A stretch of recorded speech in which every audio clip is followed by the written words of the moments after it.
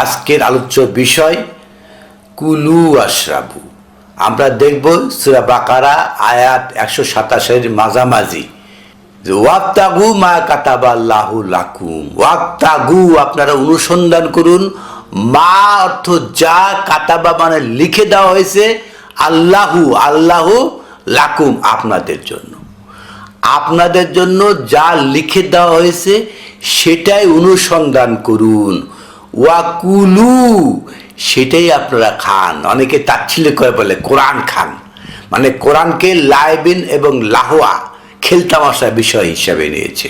এই ওয়াক্তাগু মা কাতাবাল্লাহু লাকুম এটুকু বাদ দেয়, দিয়ে নেই ওয়াকুলু আশরাবু খান এবং পান কর, ভাত খান, পানি খান, হাত্তা ইয়াতাবায়ানা লাকুম যে পর্যন্ত না পরিষ্কার হয় আল খাইতুল আবিয়াদু মিন খাইতুল আসওয়াদু মিনাল ফাজর। সে ফজরের পূর্ব আকাশে চলে যায়, যে আকাশে একটা সাদা সুতা ওঠে, একটা কালো সুতা ওঠে।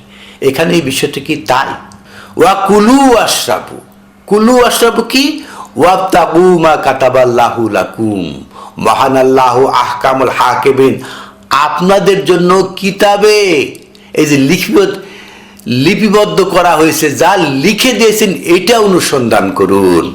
কারণ এই শাহরু রমাদান আল্লাযী উনজিলা ফিল কোরআন, কোরআনের সাবজেক্ট, রমাদানের সাবজেক্ট হলো কোরআন নাজিল হওয়ার। এখানে আপনারা যেটা করেন সেটার সাথে সম্পর্ক যুক্ত নয়। তাহলে ওয়াকুলু আশরাবু, আপনারা কুলু আস্বাদন করেন, ওয়াশরাবু সিঞ্চিত হন, ওয়াক্তাগু মা কাতাবাল্লাহু লাকুম আল্লাহ যা লিখে দিয়েছে সেইটা। কোন পর্যন্ত? হাত্তা ইয়াতাবায়ানা লাকুম, ওই পর্যন্ত যে পর্যন্ত আপনাদের কাছে পরিষ্কার না হয়। কি পরিষ্কার হবে?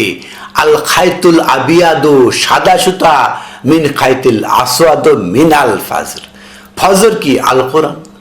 ফজর থেকে আপনাদেরকে আলাদা হবে কালো সুতা থেকে সাদা সুতা।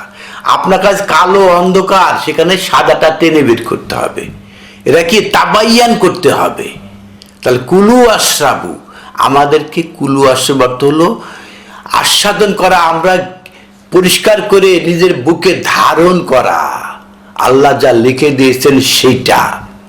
এটাকে অন্যভাবে অন্য খাতে বিশ্বের সকল মানুষ, প্রায় সকল মানুষ, সবাই নয়, প্রবাহিত করেছে, করে অন্য মিনিং করে অন্য একটা রেওয়াজ রিসম চালু করেছে।